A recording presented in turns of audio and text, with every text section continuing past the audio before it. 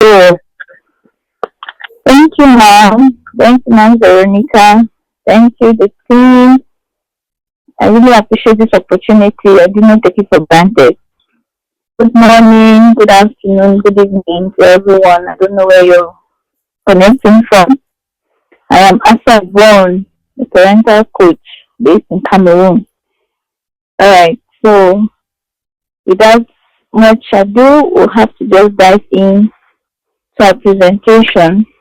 So it's a privilege for me to take this topic, discipline versus abuse. For me, I would say that it's been a very controversial topic. It's very sensitive, like our speaker said earlier. Many people always usually confuse discipline with abuse, and I would say confuse discipline with punishment. But today we are going to get the difference and what the best way to go about it. Because it's not just to know, but it's also how to go about it and to take the step. So thank you once more. And please, if you have any questions, I am open for that. And you have any contribution, like our speaker said, you can always um, raise your hand and we'll be there to listen to you. Alright. So I'll be diving into a presentation with this quote I usually use. Discipline involves teaching and guiding, whereas punishment is a form of abuse. Discipline is not the same as punishment, and discipline is not an emergency. To explain, discipline is not an emergency. It means that it must not be done just when the incident has happened, when the child has made a mistake. You can always pause and you readdress the issue some other time. There are some scenarios where you can handle it immediately. Whereas of that, you just need to give them time for them to process the emotion. That's what we say. For parents, you are supposed to be highly emotionally intelligent. We are going to discuss more on that. So, in introduction, I will say that discipline is a very controversial topic because many parents have mistaken discipline to be punishment. For you to say you are disciplined doesn't mean you have to beat that child or you have to yell at the child. No, it's not discipline. But abuse, on the other hand, it's a common form of, it's common in such a way that we hit our children. And the thing is, we forget to know that our children grow up knowing that hitting is the only way out. And no matter what, there are just too many forms of abuse. We have physical abuse. We are going to look back further in our discussion. We have physical abuse. We have emotional abuse. We have sexual abuse and many other forms.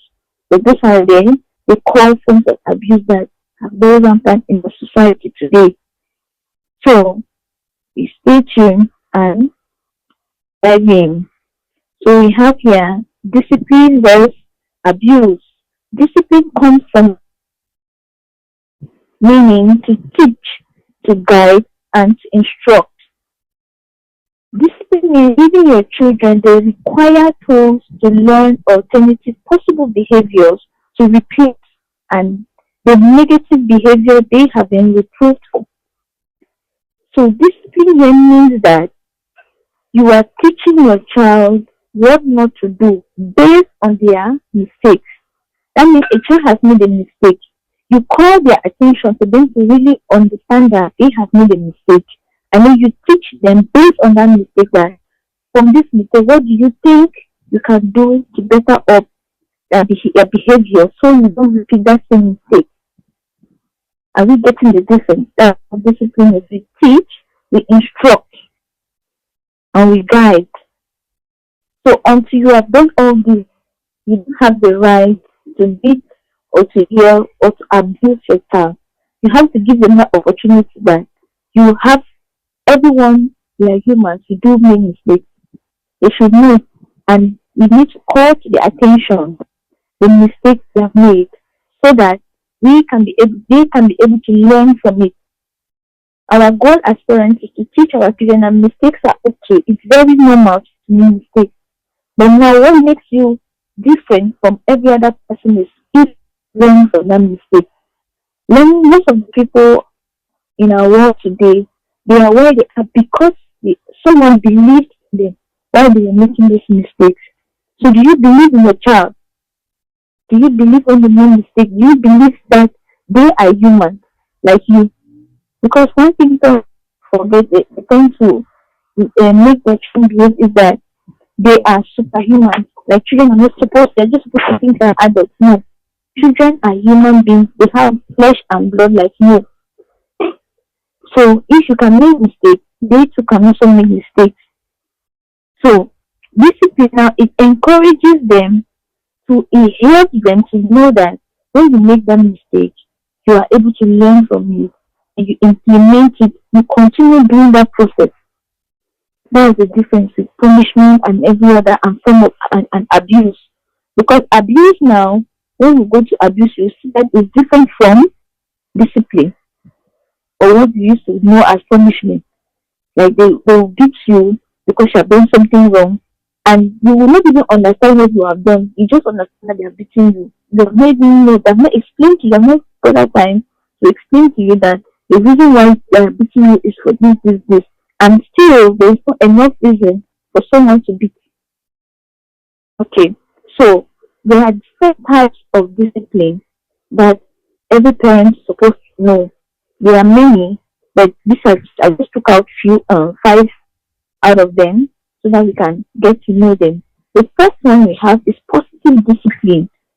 It means that you're teaching your children that their actions have consequences.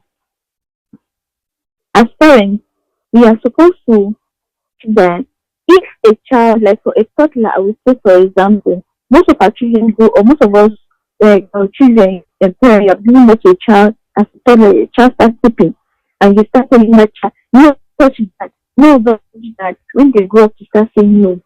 You start saying that no, this teacher I'm talking the child disrespecting me and the only thing you need to beat or you shout and say, never you don't answer me, no, never say no, no.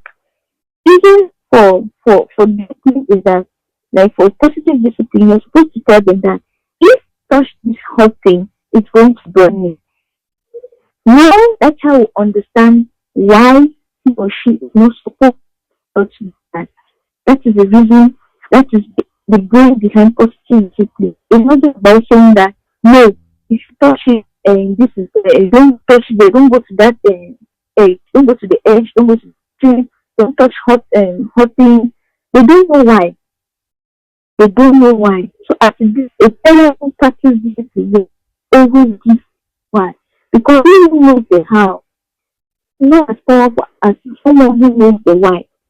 You know you're not supposed to do it, but it will sink more into your head that you will not to do that.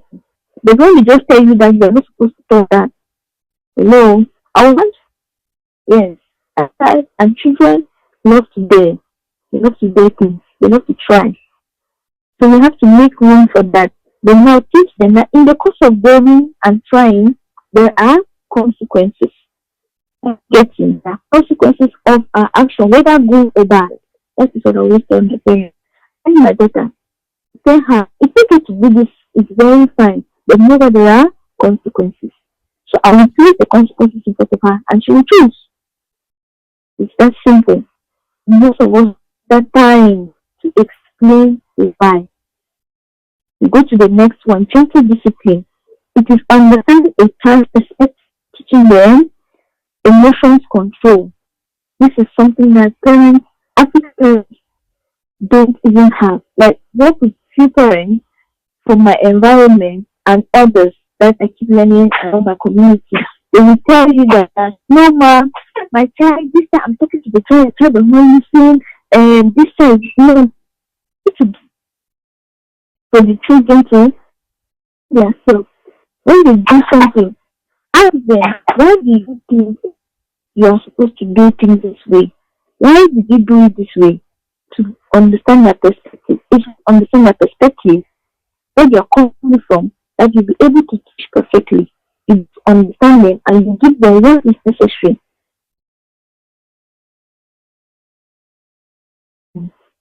And you need to understand that no two child are the same. Maybe you have John in the house. The way John behaves, you will not discipline John. This is discipline on John and that's for him. You get him, I need to use gentle discipline. So no two child are the same, but every child needs unconditional love. So you need to also teach them to control their emotions. To name them. How do you control your emotions? When you first of all know them to name their emotions, how do they feel at particular moment when you yell at them? For example, you can ask them, okay, Junior, how do you feel sad? Do you feel happy? But if they can be able to name their emotions, they're going to know how, you the parent, how to control them, to teach them how to overcome it. Are we together? Is someone having something